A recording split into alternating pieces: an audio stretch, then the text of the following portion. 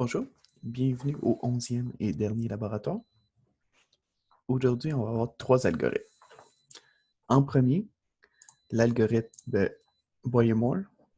Ensuite, Nutt-Morris-Pratt, qui sont deux algorithmes qui permettent de faire de la recherche de caractères dans une string ou une recherche de substring dans une string.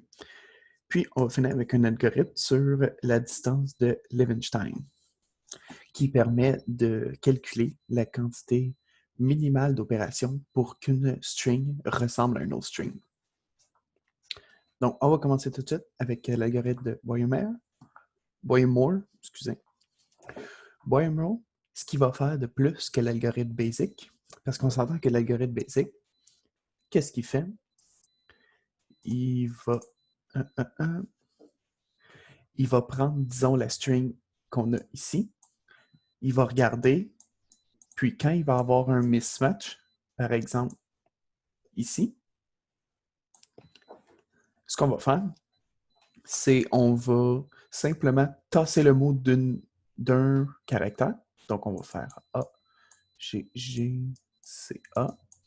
Puis, on va recommencer les checks. Puis, on va faire ça sur tous les caractères. Donc, ça donne un algorithme qui est O de NM. Si on prend en compte que N, c'est la grandeur de notre chaîne de caractères et que M, c'est la grandeur de notre substring qu'on essaie de trouver dans la chaîne de caractères. Donc, Boyer-Moore, ce qu'il a fait, c'est qu'il a trouvé deux règles qui permettent de trouver que si jamais on a telle ou telle condition, on peut faire un bond d'une grandeur X et qu'on va être correct. Donc, ça va limiter la quantité de...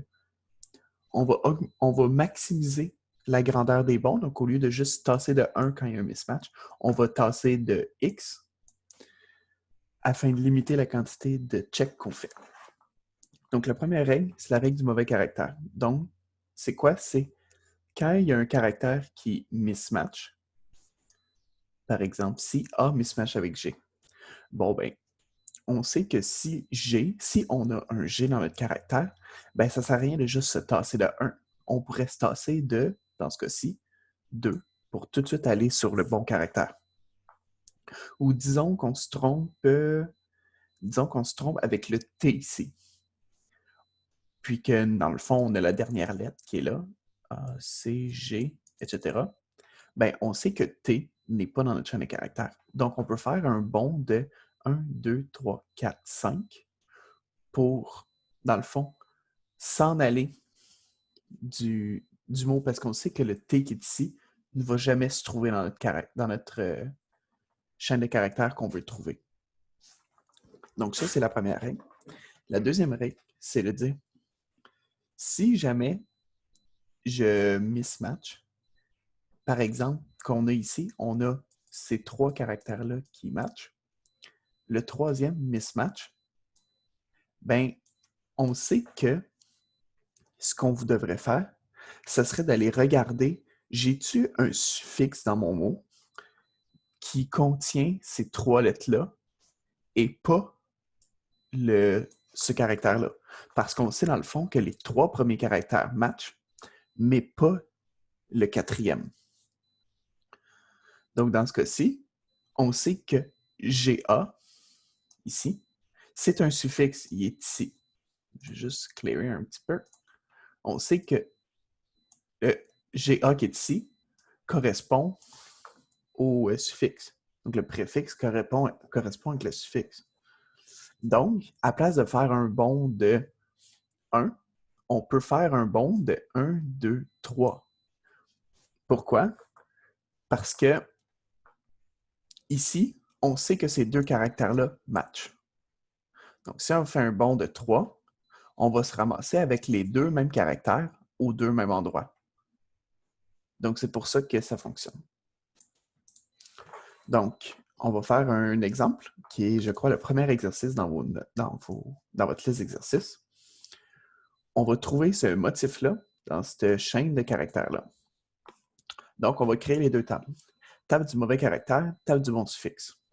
Donc, table du mauvais caractère, on prend toutes les lettres différentes de notre mot, on les met, puis un autre qui est si c'est un caractère autre. Donc, il ne se retrouve pas dans les 3 qu'il y a là. Donc, le A, disons qu'on est au C, c'est au premier caractère, et que ici, c'est un A. Il faut trouver le nombre de bonds qu'il faut faire pour se rendre au prochain A dans la chaîne de caractères. Dans notre cas, c'est 2. Maintenant, on fait la même chose avec C. Disons qu'on a un C ici. Là, vous allez me dire, ouais, mais c'est un C qui est là, donc fait que ça ne va jamais mismatcher, mais disons que ça mismatch à ce caractère-là. Vous allez voir pourquoi plus tard c'est nécessaire. Il faut faire des bonds de 1, 2, 3, 4 pour se rendre au prochain C. Le G, il suffit de faire un bond de 1. 1. Ici, c'est tout autre caractère. Il faut aller à la fin, à la fin du mot. Donc, faire 1, 2, 3, 4, 5, 6, 7, 8. Comme ceci. Donc,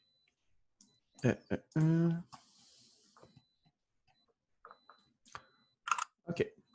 Donc, c'est ça pour notre table du mauvais caractère.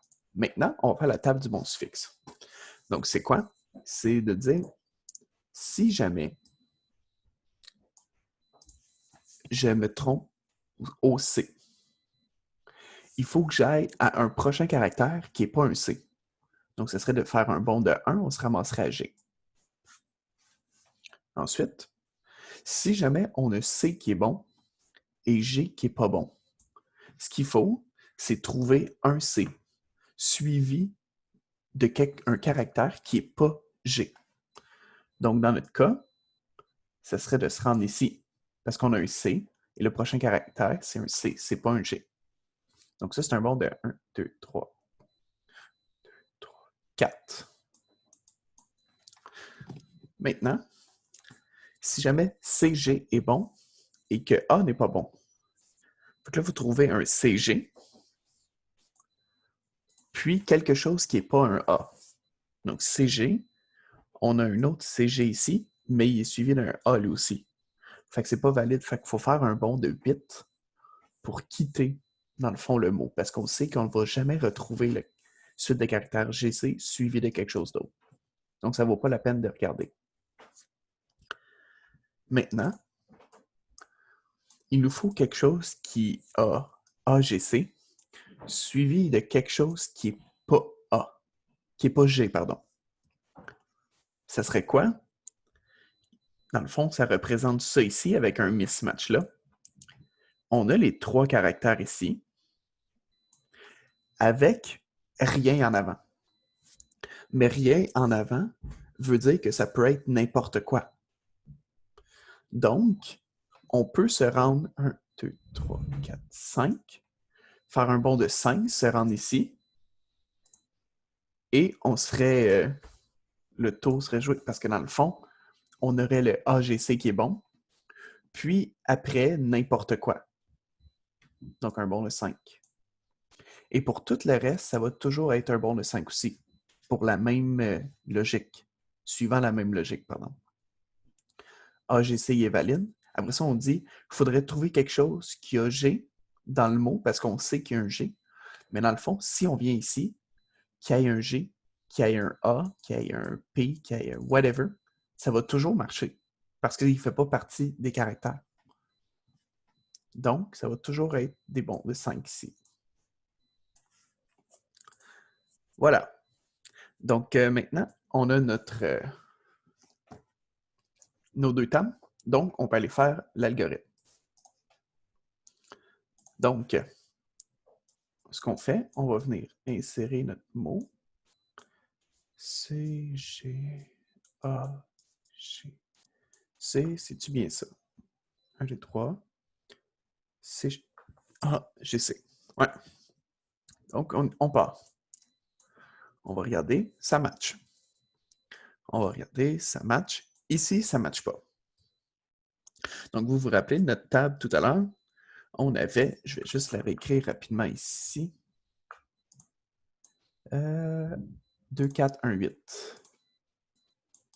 4, 1, 8 pour A, A, C, en ordre A, C, G, puis étoile. Donc, ici, on a le troisième caractère qui match pas. Donc, le T se retrouve pas, c'est pas A, G, C, donc c'est dans l'étoile. Donc, on a 8. Mais il faut faire attention. Le caractère qui a mismatch se retrouve à 1, 2 bons. Donc, il faut faire 8 moins 2. Parce que sinon, on va faire trop de sauts. Parce que le 8, c'est si jamais c'est le dernier caractère qui mismatch. Mais si on est plus loin, il faut enlever le nombre de bons qu'on a fait. Donc, on a le choix entre 6 et dans notre table, qu'est-ce qu'on avait? On avait 1, 4, 8, puis après ça, juste des 5. 1, 4, 8, puis juste des 5. Donc, ça ici, c'est si on mismatchait un C, un GC, un AGC. Donc, dans le fond, ça ici, c'est mauvais. Et tout le reste, c'est 5. Dans notre cas, on a le GC qui mismatch après. Donc, on a le choix entre 6 et 8. Donc, on va faire un bond de 8. Ce qui veut dire qu'on va emmener notre mot ici. A, G, C, C, G, A, G, C. Ensuite, on va recommencer. Est-ce que ça match? Non. Donc là, les choix qu'on a, on a ici, si la lettre qui mismatch, c'est A, on peut faire un bond de 2. Moins 0 parce que dans le fond, on n'a fait aucun bond ici. On est toujours au dernier caractère. Donc, on a un choix de 2. Ou, ici, 1. Donc, on prend le maximum, 2, puis on va aller faire ça. A, G, C, C, A, G, C. Est-ce que ici, ça match? Non. Donc là, on a exactement les mêmes choix. Faire un bond de 2 ou 1. Donc, on va prendre le maximum, 2. G, C, C, G, A, G, C. Maintenant, on va regarder. C match. Ici, c'est un G. Hein? G match. A, I match. G, I match. A match pas avec le C. Donc, là, les choix qu'on a, c'est un A qui ne match pas. Donc, on a un choix de 2 moins 1, 2, 3, 4, moins 4. Ce qui donne moins 2. Donc, on ne peut pas faire des bonds négatifs. Fait qu'on ramène ça à un bond de 1. Et on a un bond de 5 grâce à la table qu'il y a ici. Donc, on va faire le plus gros, un bond de 5. Donc, 1, 2, 3, 4, 5. Donc, A, G, C, C, G, A, G, C. Donc, là, on va regarder. C match, G match, A match, G match, C match, C match, G match, A match. On a trouvé notre mot dans notre séquence de caractères. Puis, on a fini l'algorithme. Donc, voilà pour l'algorithme de Boyer-Moore. Maintenant, on va voir un algorithme qui paraît plus compliqué. L'algorithme Knott-Morris-Pratt, KMP, mais il n'est pas tant que ça. C'est juste que c'est dur, en regardant juste les notes, de savoir qu'est-ce qu'il fait exactement. Mais en gros, l'objectif, c'est de parcourir la séquence, donc notre longue chaîne de caractères ici, une seule fois. Donc, pour faire ça, on se dit, on trouve le plus long préfixe qui match avec le suffixe du mot. Ce qu'on veut, c'est de trouver si jamais on a une séquence qui se répète. Par exemple, ici, le AB se répète ici. Ben, avec le AB, on peut juste retourner, dans le fond, à cette séquence-là.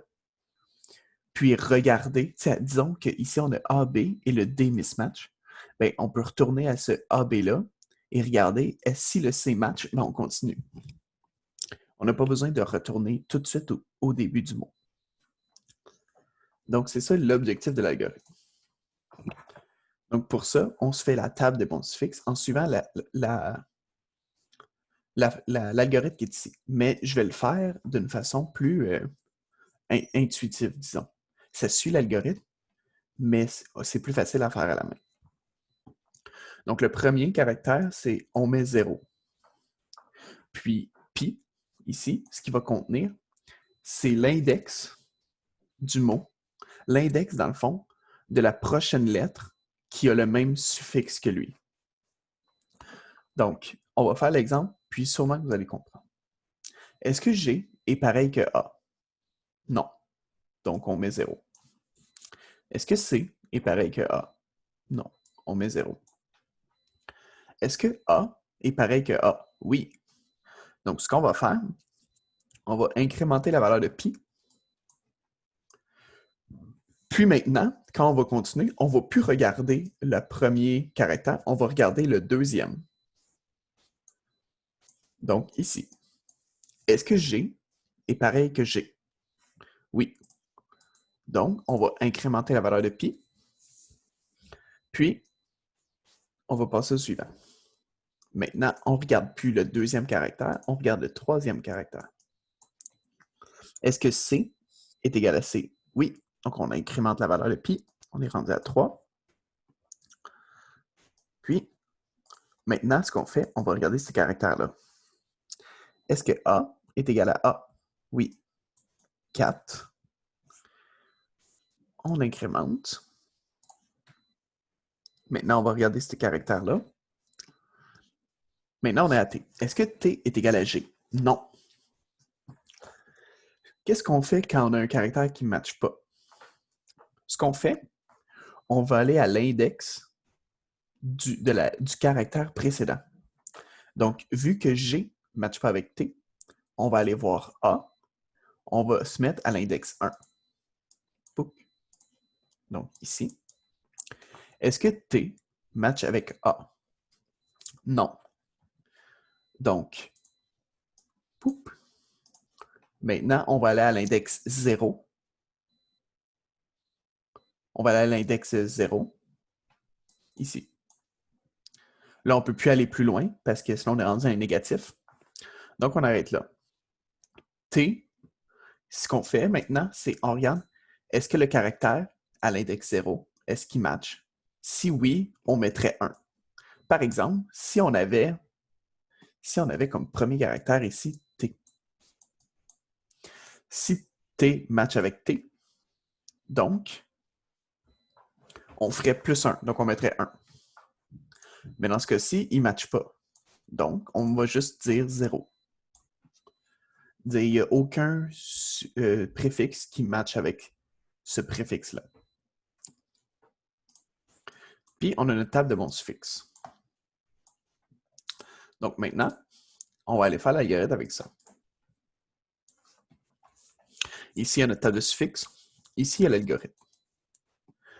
L'algorithme, contrairement à Boyer-Moore, on va partir du début de la chaîne de caractères et non pas à la fin. Donc, on va y aller A, G, C, A, G, C, A, T. Donc là, eux autres ici, ils matchent, match pas. Donc, si on regarde l'algorithme, on voit qu'on va tester l'index dans le fond, K, qui est notre index sur le motif. Puis I, c'est sur la chaîne de caractères. K, on va le commencer à 0, mais nos index partent à 1. Donc, quand je suis en train de regarder le caractère C, donc le troisième ici, mon K est sur le G. On regarde le prochain, puis on regarde s'il est égal à G. S'il n'est pas égal, on va aller à la valeur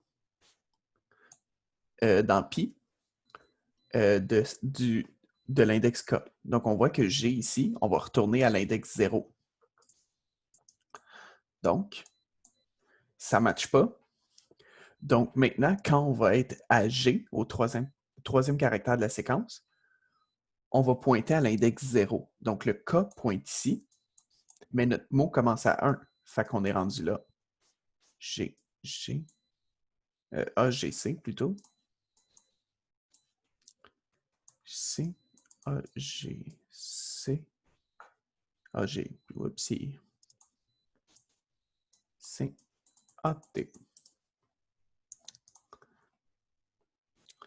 Donc, je t'ai rendu où? Ouais, voilà. Donc, on a un bond de 3. Là, on va continuer.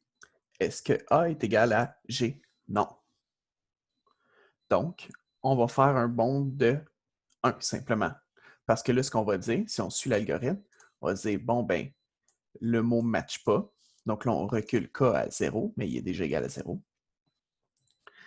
Puis, le K qui est égal à 0, maintenant, va pointer ici. Donc, c'est comme dire, on avance le mot de 1. C, G, C, A, T.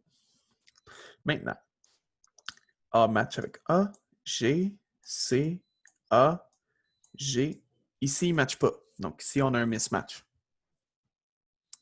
Le K, il est rendu où là-dedans? Le K, puisqu'il y a un mismatch ici, ça veut dire qu'il pointe là. Puis le I pointe ici. Donc, on a un mismatch, puis notre K pointe là. On dit retourne à l'index 2. Si on retourne à l'index 2, on va regarder, est-ce que C, qui est ici, match avec le T? Non. On retourne à l'index 0. Est-ce que A match avec l'index I ici, le T? Non. Donc, notre K va pointer 0 ici. Puis, notre chaîne de caractères va être après A, G, C, A, G, C, A, T. Comme ceci.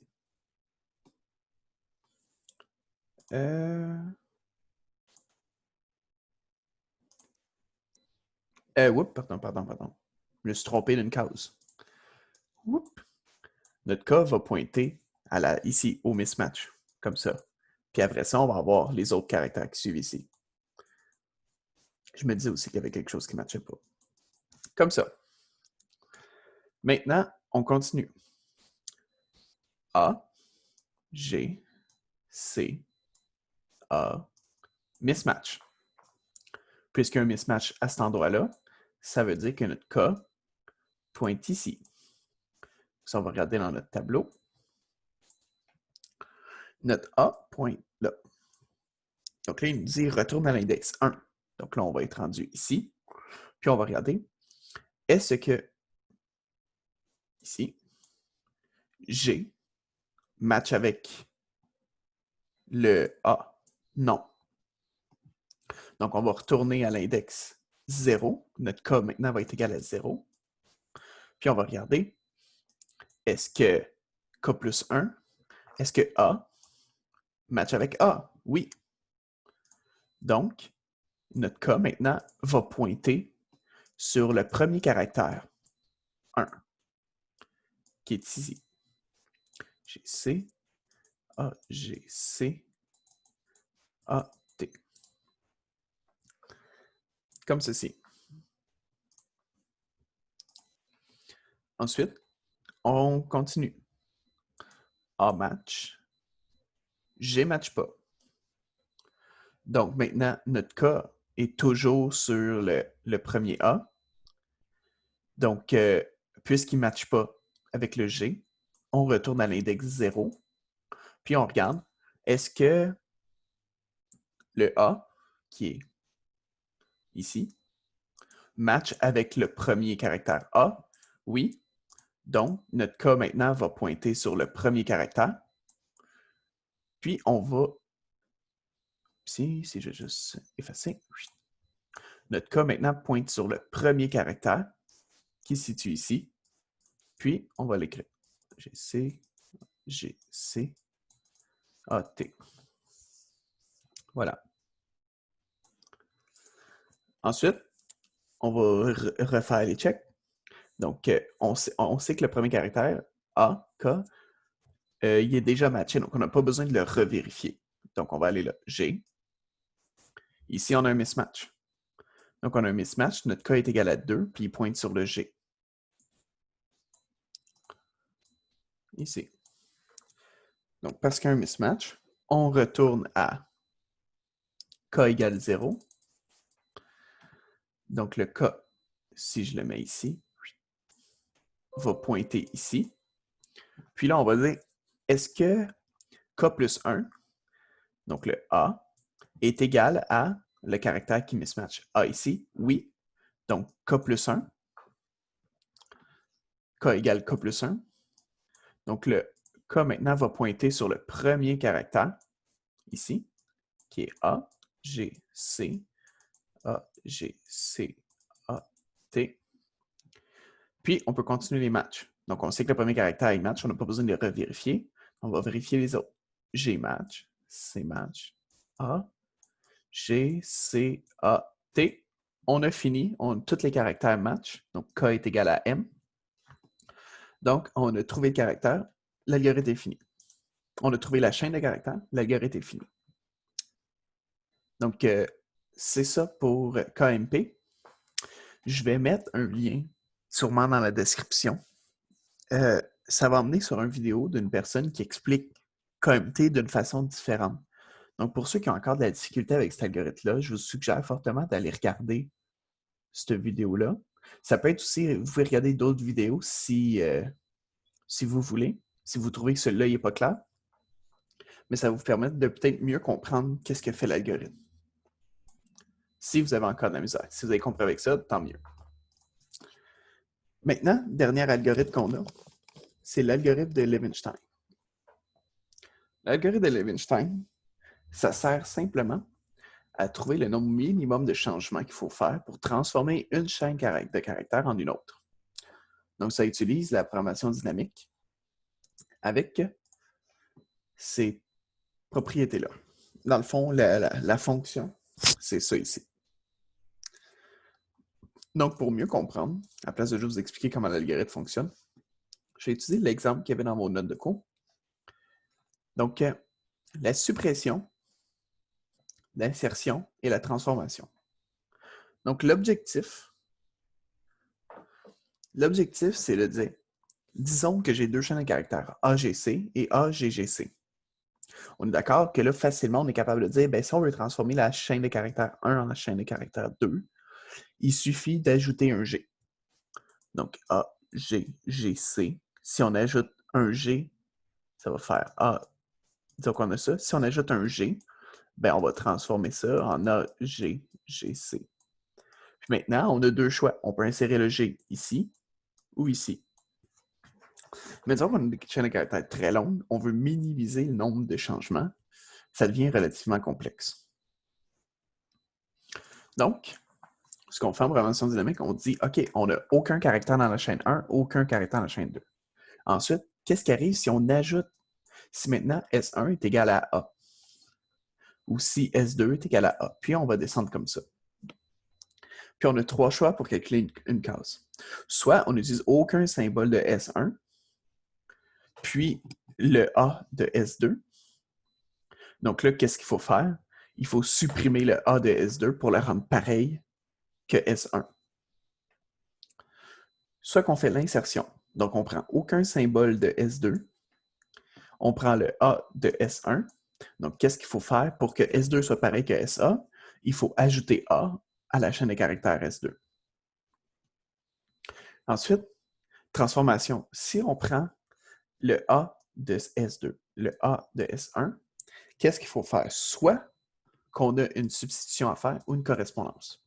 Correspondance, ça veut dire que les deux caractères sont pareils. Donc, on fait plus 1.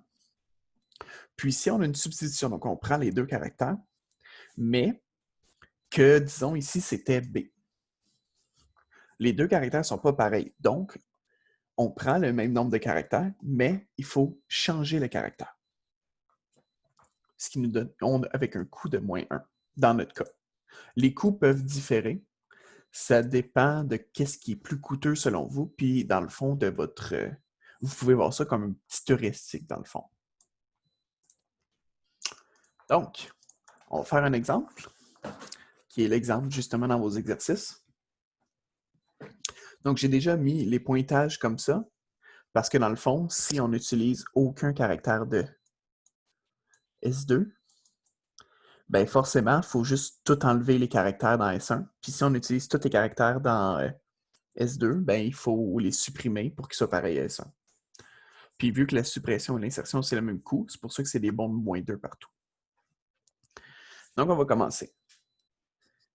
Dans la case, il faut calculer le meilleur coût. Il faut maximiser notre score. Donc, soit qu'on prend par en haut avec le coût de suppression, sur le côté avec le coût d'insertion, ou en diagonale avec le coût soit de substitution ou de correspondance. Correspondance si les caractères sont pareils, substitution sinon. Donc, on voit que le meilleur choix entre -4 et ici, vu que A est égal à A, le coût, ce serait de 1. Donc, pour maximiser, c'est le seul choix positif qu'on a, donc on met lui. Puis, dans le fond, on a passé comme ça. Ensuite, maintenant, on va remplir le reste de notre rangée ici. Donc ça veut dire quoi? Ça veut dire que S2, on va prendre uniquement le A, on va prendre aucun autre caractère. Puis S1, on va rajouter toujours un caractère de plus. Donc, on va toujours avoir le choix entre ici, donc dans le fond, avec le coût de suppression, coût d'insertion, ou ici, avec un coût de substitution, parce qu'on voit que le A ne se répète jamais dans le reste de la chaîne de caractères. Ce qui veut dire qu'on a le choix entre -6, -3 ou -1. Donc, c'est le -1 qui est le meilleur, avec le coût d'insertion. Puis, ça va être comme ça pour le reste de la rangée. Donc, on a le choix entre -3, -5 ou -8. C'est -3 le meilleur. On a le choix entre -5, -7, -10. C'est -5 le meilleur. Puis, comme ça pour le reste. Maintenant, on va passer à la deuxième rangée. En fait, ce qu'on va faire, on va finir la colonne avec A. Donc, on a le choix entre comme ça, ce qui donne -1, pardon, avec le coût de suppression. Comme ça, -6 avec le coût d'insertion. Ou comme ça, on voit que le A ne se répète jamais dans la S2.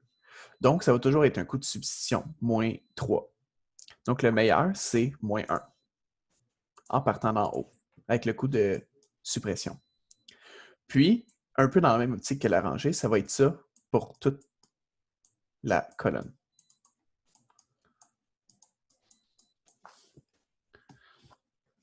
Disons qu'on prend l'exemple ici.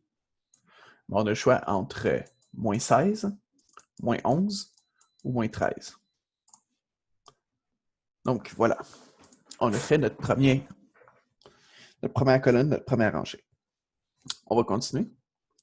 Maintenant, ce qu'on fait, on va ajouter le G puis le C. Donc, soit qu'on part comme ça, on a le choix entre -3, -3, ou ici 1 plus 1, dans le fond, plus quoi? Ici, on a un C, ici, on a un G. Donc, c'est un coût de substitution qu'on a, parce que les deux caractères ne sont pas pareils. Donc, on a le choix entre 0, -3, -3. Donc, 0, c'est le meilleur, avec la diagonale.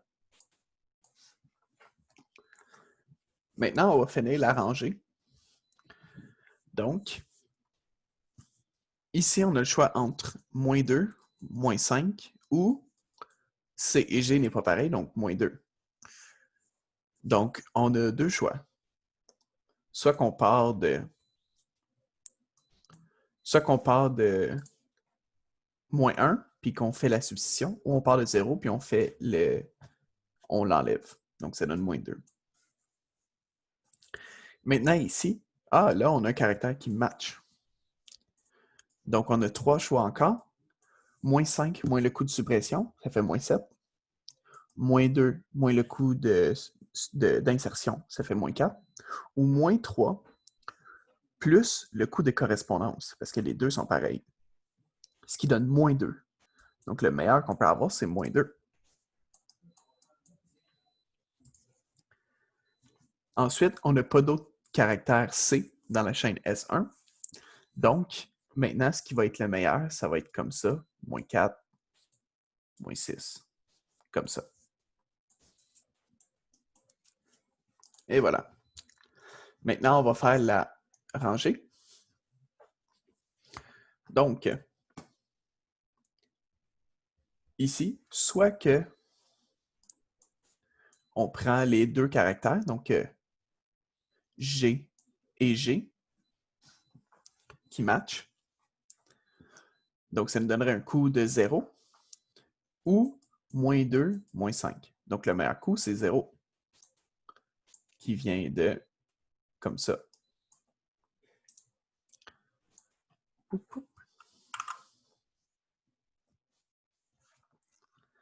Ensuite, si on continue,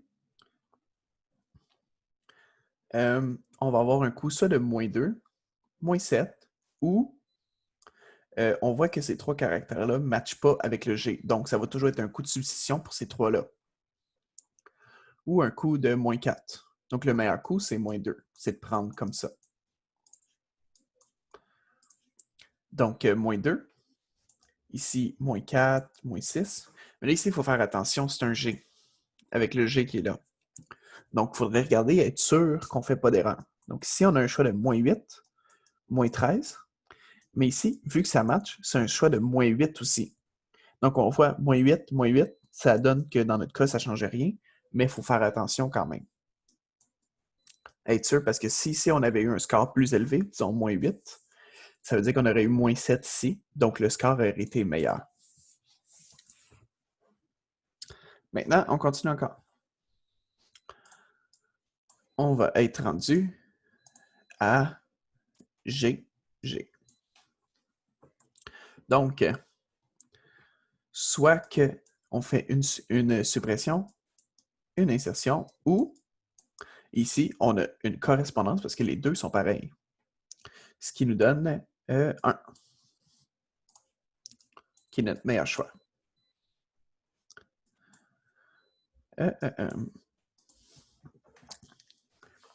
Ensuite, on va continuer sur la rangée. Donc, est-ce qu'on a un G qui se répète plus tard? Oui, ici. Mais ces deux-là, ce n'est pas des G. Donc, comme ça, en diagonale, ça va être des coups de substitution. Donc, on a soit ici, moins 1, moins 4 ou moins 3. Donc, le meilleur, c'est moins 1 qui vient de l'insertion. Puis, la même chose pour l'autre, ça va être moins 3 avec l'insertion. Et G, on a le choix entre moins 5, moins 8 ou moins 4 plus 1, donc moins 3. Donc, notre meilleur coup à faire, c'est la transformation, puis d'avoir un moins 3 ici. Et voilà. OK. Ouais, exactement. Donc, maintenant, on peut aller compléter notre colonne. Donc, ces trois caractères-là ne vont pas matcher avec le caractère de S1 parce que, dans le fond, c'est d'autres caractères. Donc, ça va être des substitutions. Donc, ça va toujours être moins 1 en diagonale pour ces trois-là. Donc, on a le choix entre moins 1, moins 1, moins 4. Donc, le meilleur choix qu'on aurait, ce serait moins 1 en provenance de deux places différentes. Comme ça. Pardon. Maintenant, on va continuer. Le choix pour les deux autres, ça risque d'être probablement la même chose. On a le choix entre moins 3, moins 5 ou moins 3. Donc, encore une fois, moins 3, mais en provenant des deux places. Oupsie. Ici, même chose, moins 5 et moins 8. Donc, moins 5, c'est notre meilleur choix. Maintenant, pour le dernier, il ne faut pas oublier, on a une correspondance. On a une correspondance G et G. Donc, on a le choix entre moins 7, moins 10 ou moins 5. Parce que dans le fond, vu que c'est une correspondance, on fait plus 1. Donc, le meilleur choix, c'est moins 5. Comme ceci.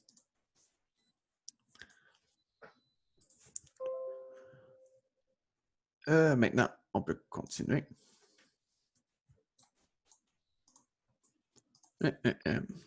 Bon. Maintenant, on va être rendu à ici et ici. Donc,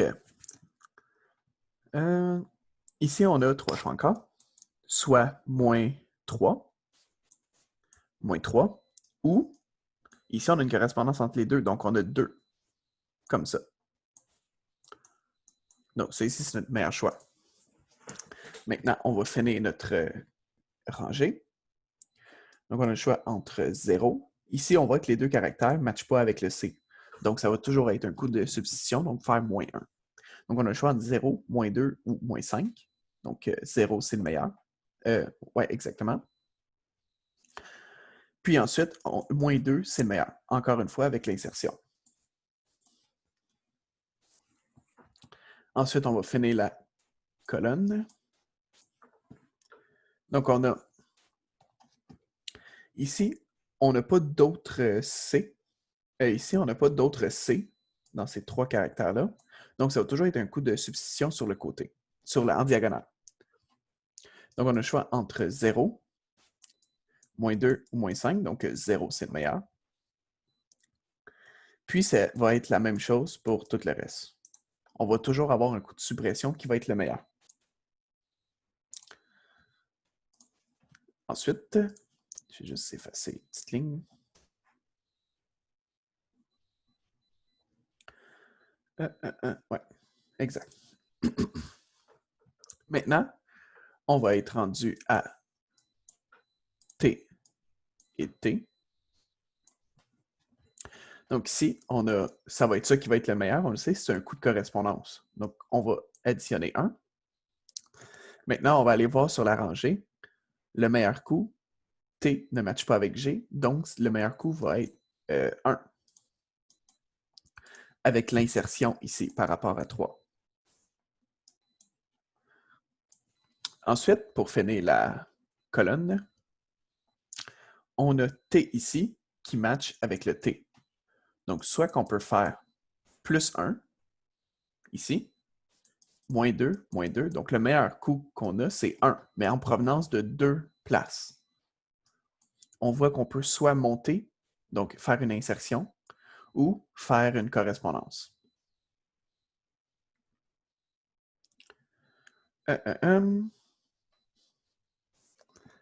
On va finir maintenant avec le G. Donc, le G, le meilleur coup qu'on a, c'est moins 1, comme ça, avec une suppression. Parce que l'autre, ça nous donne moins 3 et l'autre, moins 6. Finalement, il nous reste une colonne, G et T, et avec G. Donc, T et G ne matchent pas. Donc, soit qu'on fait comme ça, moins 1, ce qui nous donne 2, ce qui est la meilleure réponse. Ensuite, en bas, on a le choix entre G et G match. Donc, on peut faire comme ça. Ça va nous donner 2. Comme ça, 0. Comme ça, moins 3. Donc, la meilleure réponse, c'est 2. Pouc, pouc. Et voilà.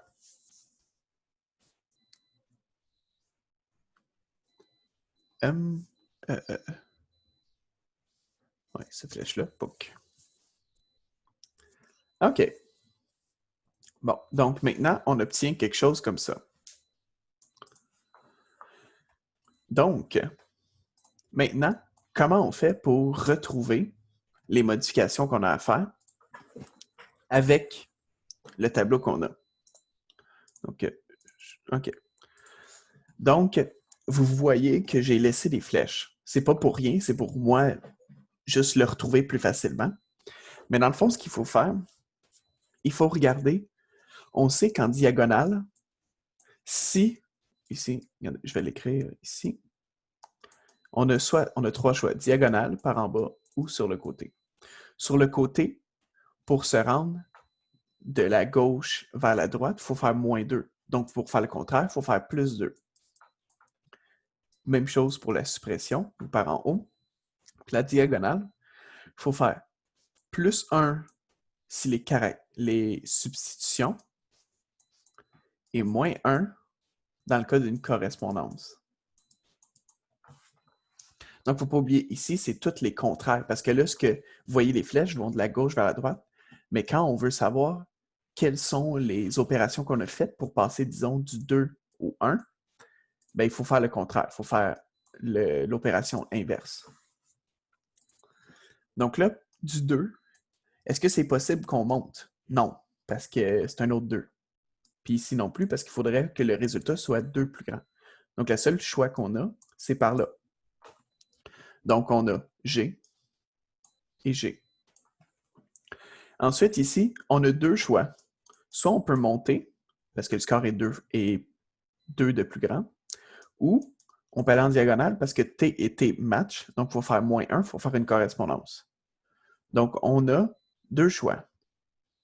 Soit qu'on prend les deux pareils, T et T, donc la diagonale, ou on va faire une suppression dans S2. Ce qui revient dans le fond, ça veut dire qu'on a deux choix. Donc, T, ici, rien. Maintenant, en partant du premier, on peut juste aller par en haut, parce que c'est le seul qui correspond, qui est valide. Ce qui revient à faire une suppression. Donc, on a une suppression dans le S2, puis on prend le T de S1. Ici, on peut faire la même chose. On peut de 3 aller seulement vers le 2, parce qu'on voit que c'est un coup de correspondance, donc il faut que le coup soit 1 de plus bas, et que le reste ne matche pas. Donc, on prend les deux correspondances.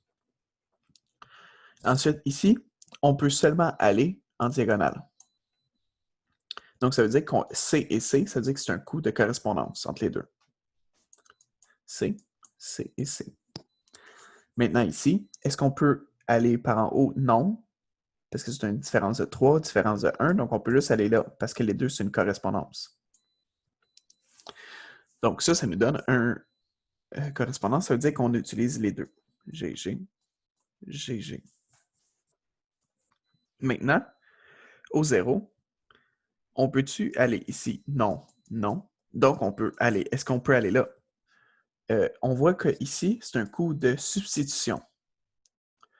Donc, on a utilisé le G de 1 et le C de l'autre. G, C, C. Ouais, puis ici le G. C et G. Et puis, on voit que les deux caractères ne sont pas pareils. Dans le fond, ici, c'est une substitution, pas une correspondance. Puis finalement, on ne peut pas aller là, on ne peut pas aller là, parce qu'il y a une différence de 3. On peut juste aller là, parce que les deux correspondent. Puis on a A.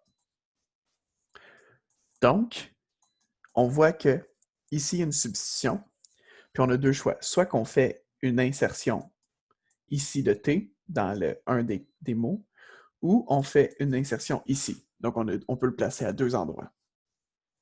Puis, on a l'alignement des deux mots. Donc, voilà pour l'exercice sur l'algorithme de Levenshtein. Ça conclut notre dernier laboratoire. Donc, j'espère que les capsules ont été intéressantes. Puis, j'espère que votre examen va bien aller. Donc, au revoir, à la prochaine.